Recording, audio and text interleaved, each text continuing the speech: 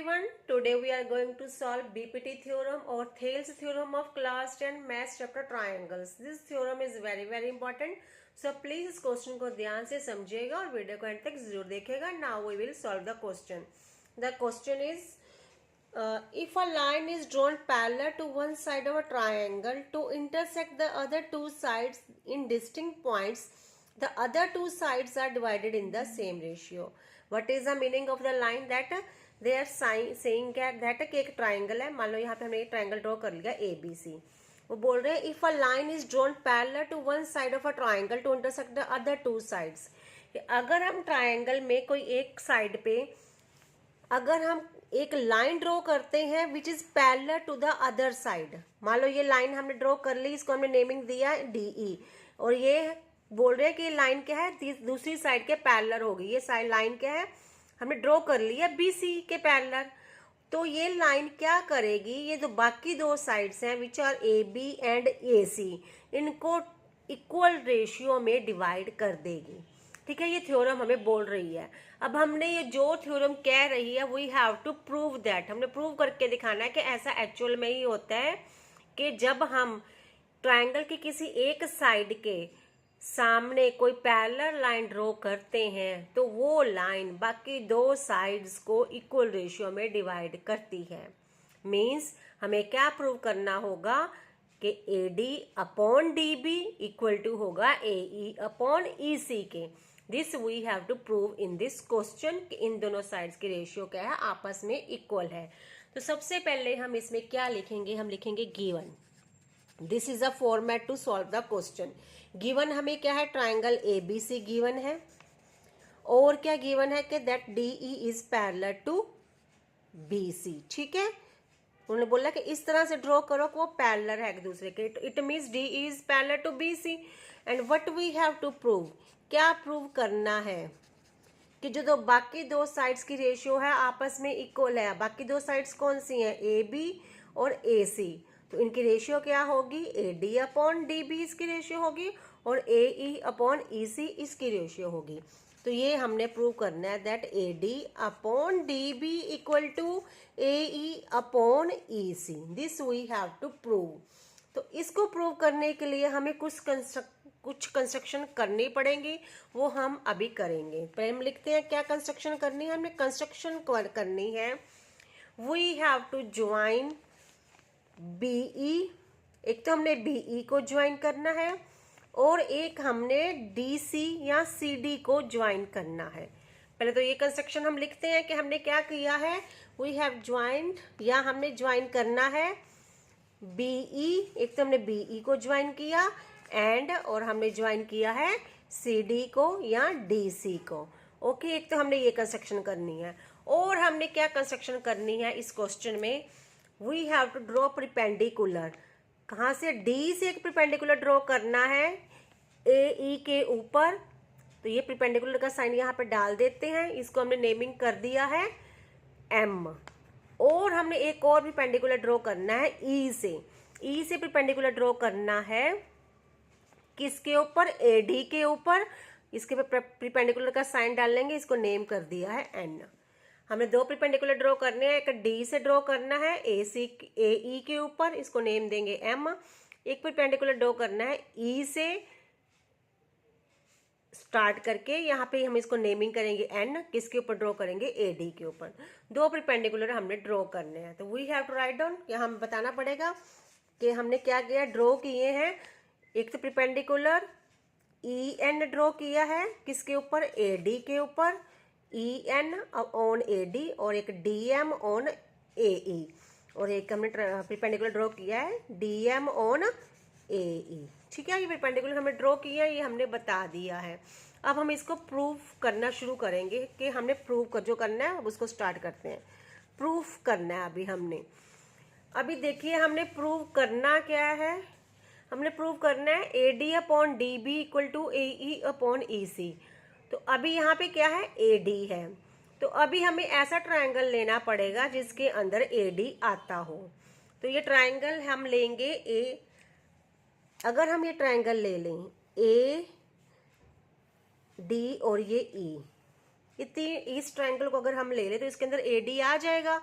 तो हम triangle firstly कौन सा लेंगे, ट्राइंगल ADE। कहाँ से आप आइडिया लगाएंगे, इस टू प्रूव से। यहाँ AD है तो ट्राइंगल ADE को लेंगे। In triangle ADE, triangle ADE के अंदर अब ये ट्राइंगल ADE है, ठीक है। तो इस ADE ट्राइंगल में ये क्या है, अगर हम इसको परपेंडिकुलर लेते हैं EN को तो बेस क्या होगा, AD होगा, ठीक है। तो ट्राइंगल का फॉर्मूला क्या होता है, 1/2 इंटू बेस इंटू हाइट, ठीक है, ये फॉर्मूला है। तो हम ये फॉर्मूले में वैल्यू पुट करेंगे, तो 1/2 इंटू बेस। अगर हमने EN को हाइट लिया है, ठीक है, तो बेस क्या होगा, AD होगा। ओके, वो हमने पुट कर दिया। अभी हमने कौन सा ट्राइंगल लेना है, अभी हमने एक और ट्राइंगल लेना पड़ेगा। देखिए यहाँ क्या है, DB है, जहां हमने प्रूव करना है वहां नीचे क्या है, DB या BD। तो हमें ऐसा ट्राइंगल लेना होगा जिसके अंदर BD या DB आता हो। तो अभी हम कौन सा ट्राइंगल लेंगे, अभी हम ये ट्राइंगल लेंगे BDE, ठीक है, ये नीचे वाला ट्राइंगल लेंगे। ओके, अब हम नीचे वाला ट्राइंगल लेंगे BDE, क्योंकि इसके अंदर BD आ रहा है। तो हम ट्राइंगल लेंगे ट्राइंगल BDE। फॉर्मूला वही रहेगा 1/2 इंटू बेस इंटू हाइट। तो वैल्यू पुट करेंगे 1/2 इंटू, अब BDE में बेस क्या होगा और हाइट क्या होगी। इसमें भी ये देखो, ट्राइंगल BDE में हाइट हम यही लेंगे EN, ठीक है, हाइट EN ही रहेगी। अगर हाइट EN रहेगी तो बेस क्या होगा, BD होगा, ठीक है। तो बेस हो गया BD। क्लियर।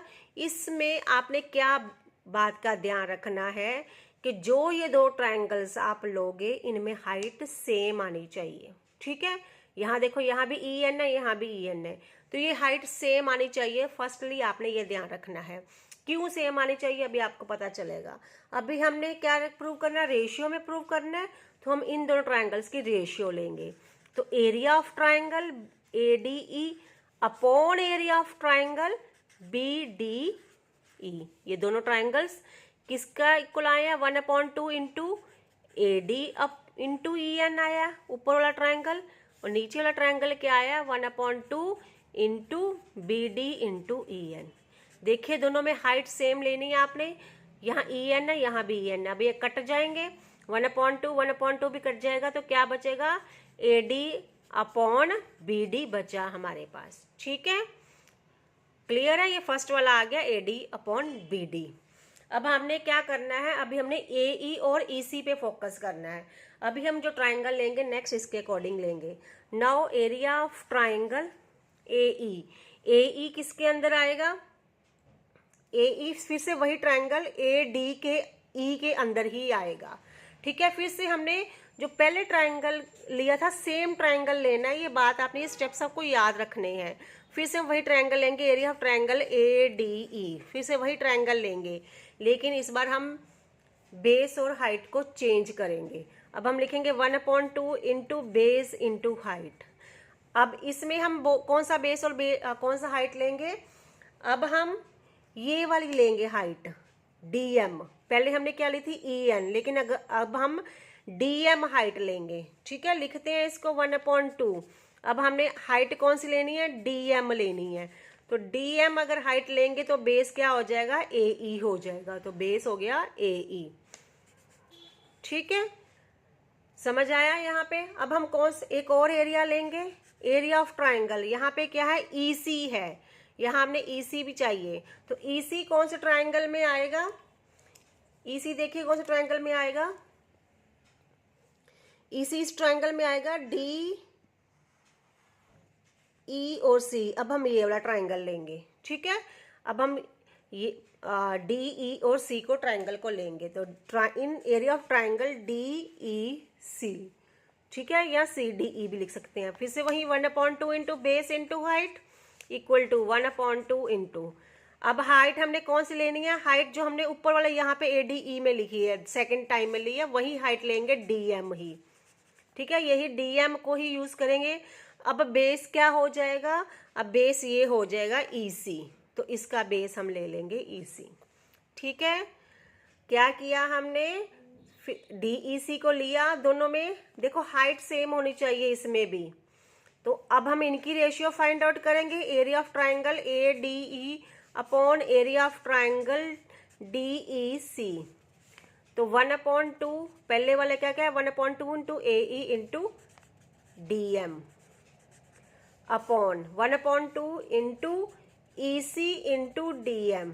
ठीक है, DM से DM कटा, 1/2 से 1/2 कटा, तो क्या बचा AE अपॉन EC।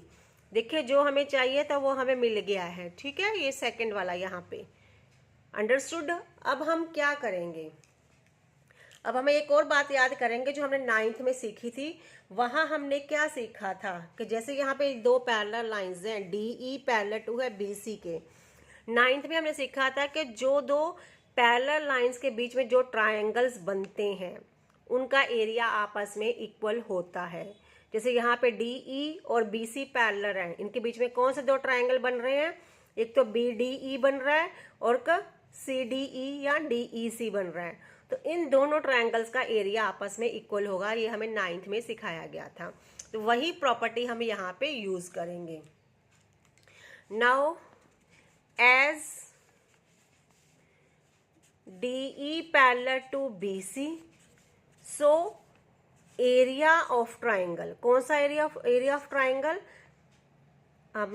BDE दो ट्राइंगल बन रहे हैं, would be equal to area of triangle DEC। तो area of triangle BDE equal to होगा DEC के इक्वल। ये हमने 9th में सीखा है कि जो पैरेलल लाइंस के बीच में जो ट्राइंगल्स बनते हैं उनका एरिया आपस में इक्वल होता है।